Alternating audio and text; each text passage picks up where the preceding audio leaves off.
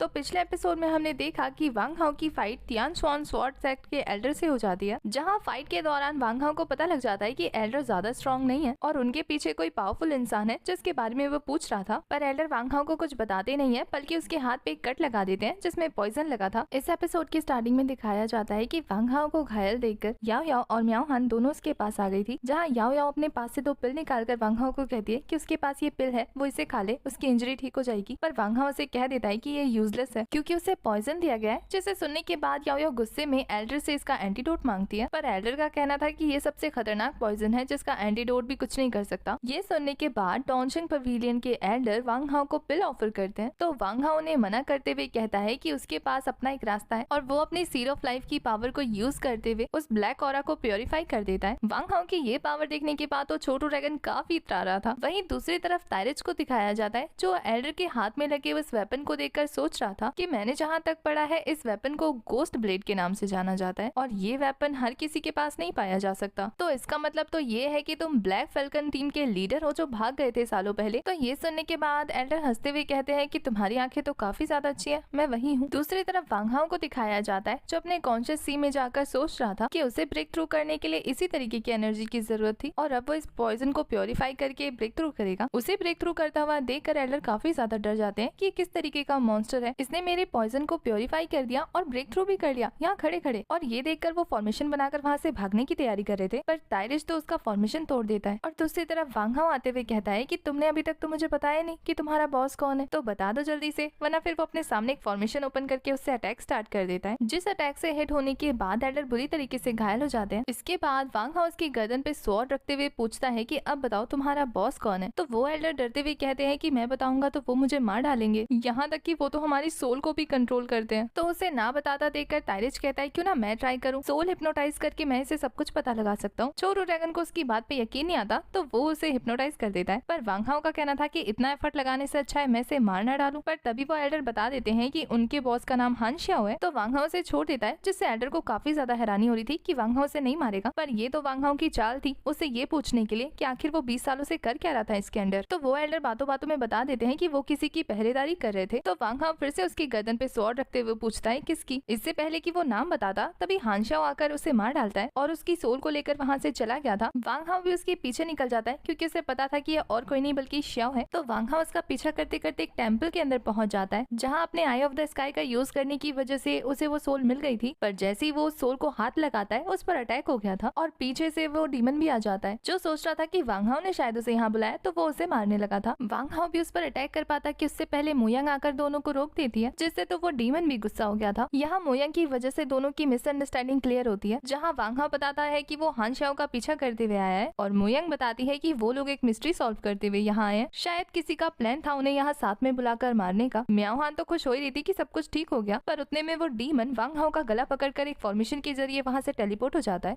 दूसरी तरफ हमें हान श्याओ को दिखाया जाता है, जो एक और डीमन से कह रहा था कि 20 सालों तक तुम्हें जिंदा रखने का क्या फायदा हुआ जब वो फॉर्मेशन ही प्रोटेक्ट नहीं हो पाई, और फिर वो उसे मारने वाला था, पर वो डीमन तो उसे ही चकमा देकर वहाँ से भाग जाता है। तो हान श्याओ उसके पीछे चला गया था। दूसरी तरफ हमें उस डेविल डीमन को दिखाया जाता है, जो वांग हाओ को लेकर उसी प्लेस पर पहुंच जाता है और फिर वहाँ जाने के बाद वो वांग हाओ से पूछ रहा था यू शुए का पता। पर वांग हाओ तो उससे पूछता है कि यू शुए और तुम्हारा क्या रिश्ता है, जिसपे वो थोड़ी देर के लिए शॉक हो गया था। और वांग हाओ कहता है कि तुम्हारे पास भी वो फियोनिक्स बर्ड क्रिस्टल है और यू शुए के पास भी है, कहीं दोनों ब्लड रिलेटेड तो नहीं हो। तो पहले तो वो डीमन काफी ज्यादा मना करने की कोशिश कर रहा था, पर वांग हाओ की बातों में आकर एडमिट कर लेता है कि हाँ वो उसकी बहन है। ये सुनने के बाद तो वांग हाओ भी काफी ज्यादा शॉक हो गया था और फिर वो उस डीमन से कहता है कि तुम्हें एडमिट करने की जरूरत नहीं थी, मैं तो वैसे भी झूठ बोल रहा था, मैं इस बात को साबित नहीं कर पाता कि तुम्हारा उससे कोई रिश्ता है। तो ये सुनने के बाद तो उस डीमन का पारा एकदम से हाई हो जाता है और वो वांग हाओ से पूछ रहा था कि अब मुझे यू शुए का पता बताओ, जहाँ वांग हाओ का कहना था कि अगर तुम्हारी वजह से उसे कुछ हो गया तो वो वैसे भी काफी ज्यादा इनोसेंट है, अगर तुमने उसे नुकसान पहुंचाया तो। और ये बोलकर वो चुपचाप वहाँ से जाने लगता है, पर वो डीमन उसे रास्ते में रोककर कुछ बताने वाला था। वांग हाओ की हंसी से लग रहा था कि वो जानता है। इधर हमें मोयंग और लो को दिखाया जाता है, जो वांग हाओ को ढूंढने आए थे, पर तभी पीछे से डोंगशिंग पवेलियन के सारे एल्डर आ जाते हैं, जिसे देखकर लो भागने लगी थी। पर वो एल्डर तो लो को पकड़ के कहते हैं कि तुम उसकी ज्यादा ही वफादार हो ना, अब बताओ तुम्हारा मास्टर वांग हाओ को लेके कहाँ गया है। पर मोयंग उन्हें रोकते हुए कहती है कि इसे कुछ भी नहीं पता, मैं वही थी जब वो डेविल वांग हाओ को लेकर चला गया। सबको समझ नहीं आ रहा था कि आखिर वांग हाओ कहाँ गया है और तायरिच पता लगाने की कोशिश कर रहा था, तो उसे आंख बंद करके सोता हुआ देखकर याओ याओ जाकर उसके कान के नीचे लगाती है कि ये कोई सोने का टाइम है, वांग हाओ को ढूंढो वो खो गया है। तो तायरिच कहता है मैं सो नहीं रहा था, पता लगा रहा था। और फिर वो एक फॉर्मेशन बनाकर डायरेक्शन का पता लगाने लगता है, जहाँ उसको खुद में बड़बड़ाते हुए देखकर मोयंग फिर से उसे कान के नीचे एक लगाती है कि हिंदी में बताओ ना, क्या बकवास कर रहे हो। तो ताइरच बताता है कि वांग हाओ ईस्ट में है, और फिर वो कहता है कि तुम मुझे क्यों मार रही हो, जबकि मैं तो कितना अच्छा हूँ ना। तो याओ कहती है कि वांग हाओ को वो डेविल उठा के ले गया और तुम यहाँ अच्छा बन रहे हो, और फिर वो वहाँ से भागकर वांग हाओ के पास जाने लगती है, जिसपे ताइरच कहता है कि मैडम तुम वेस्ट की तरफ जा रही हो, हमें ईस्ट की तरफ जाना है। इसके बाद हमें नेक्स्ट सीन में उस डीमन को दिखाया जाता है जो वांग हाओ को अपनी स्टोरी सुना रहा था कि वो जहाँ से बिलोंग करता है उसे मिरर वर्ल्ड कहते हैं। इस वर्ल्ड के बारे में पहले किसी को पता नहीं था जब तक उसके ट्राइब पर अटैक नहीं हो गया, जहाँ से उसकी सिस्टर को उठाकर स्पिरिट वर्ल्ड में ले आया गया और डेविल और उसके भाई को उठाकर डीमन रियल में लेकर चले गए, जहाँ वो इविल टेक्निक सीखते सीखते एक डीमन बन गया। पर फिर उसे अपनी बहन को भी ढूंढना था, तो वो उस रियल से भाग गया। उसका भाई भी वहीं उसके साथ था, पर स्पिरिट वर्ल्ड में आने के बाद से उसने अपनी बहन को नहीं देखा। तो ये सुनने के बाद छोटू ड्रैगन कहता है तो तुम यहाँ अपनी बहन को ढूंढने आए हो। तो वो इविल डीमन कहता है कि हाँ, अपनी बहन को भी और जिसने उसे चुराया था उसे भी। तो यहाँ वांग हाओ पूछता है तो क्या तुम्हें पता है कि तुम्हारी बहन कौन से ट्राइब में है। तो वो डीमन बताता है कि नहीं, असल में उसे डीमन वर्ल्ड से भागे हुए काफी ज्यादा टाइम हो गया, तो वहाँ से ढूंढने के लिए कुछ लोग यहाँ आ गए। तो वो पूरी तरीके से खुल के अपनी इन्वेस्टिगेशन नहीं कर पा रहा है, वरना तो वो भी पकड़ा जाएगा, पर उसे अपनी बहन को ढूंढना है किसी भी कीमत पर। तो यहाँ वांग हाओ उसे बता देता है कि ये शुए तियानियन पवेलियन में है, तो वो उसे लेके जा सकता है उससे मिलने के लिए। जिसे सुन के तो वो डेविल काफी ज्यादा खुश हो गया था, पर फिर मना करते हुए कहता है कि नहीं, अगर मैं वहाँ गया तो स्पिरिट वर्ल्ड के लोगों को पता लग जाएगा कि मैं उसका भाई हूँ, और फिर उसके लिए चीजें मुश्किल हो जाएंगी। तो छोटू ड्रैगन कहता है कि तुम्हें चिंता करने की जरूरत नहीं है, तुम्हारी बहन को तो कुछ भी नहीं पता, यहाँ तक कि जब हम उससे पहली बार मिले थे उसे फिश के बारे में भी नहीं पता था। शायद तियानियन पवेलियन के लोगों ने उसकी चाइल्डहुड मेमोरी इरेज कर दी है। तो ये सुन के तो उस डेविल को इतना ज्यादा गुस्सा आ रहा था कि वो अपनी पावर रिलीज करके वहाँ से जाने लगता है। तो वांग हाओ उसे रोककर कहता है कि अगर तियानियन पवेलियन ने उसकी बहन की मेमोरी इरेज की है तो शायद उनका कोई और प्लान भी होगा, तो उसे ऐसे जल्दबाजी में कदम उठाने की जरूरत नहीं है। और यहाँ वांग हाओ उसकी हेल्प करने की बात करता है, जिसे सुन के डेविल मान गया था और वो दोनों साथ में मिलकर काम करने के लिए रेडी हो जाते हैं। दूसरी तरफ हमें तियानियन पवेलियन का सीन दिखाया जाता है, जहाँ ये शुए कल्टीवेशन करके ब्रेक थ्रू कर लेती है, और ये सुन के तो उसकी मास्टर काफी ज्यादा खुश हो रही थी कि ये 9th लेवल पर पहुंच गई है। 1000 सालों में एक बार ऐसे कोई पर्सन होता है जो इस लेवल पर पहुंच पाता है। तो उनकी क्लैन हेड काफी ज्यादा खुश हो रही थी, और साथ ही वो आइस गर्ल की मास्टर से मना कर देती है कि इसके बारे में बाहर किसी को पता नहीं लगना चाहिए जब तक कि वो 10th लेवल पर ना पहुंच जाए। तो ये सुनकर मास्टर को मानना ही पड़ता है, और इसी के साथ हमारा ये वाला एपिसोड हो जाता है खत्म।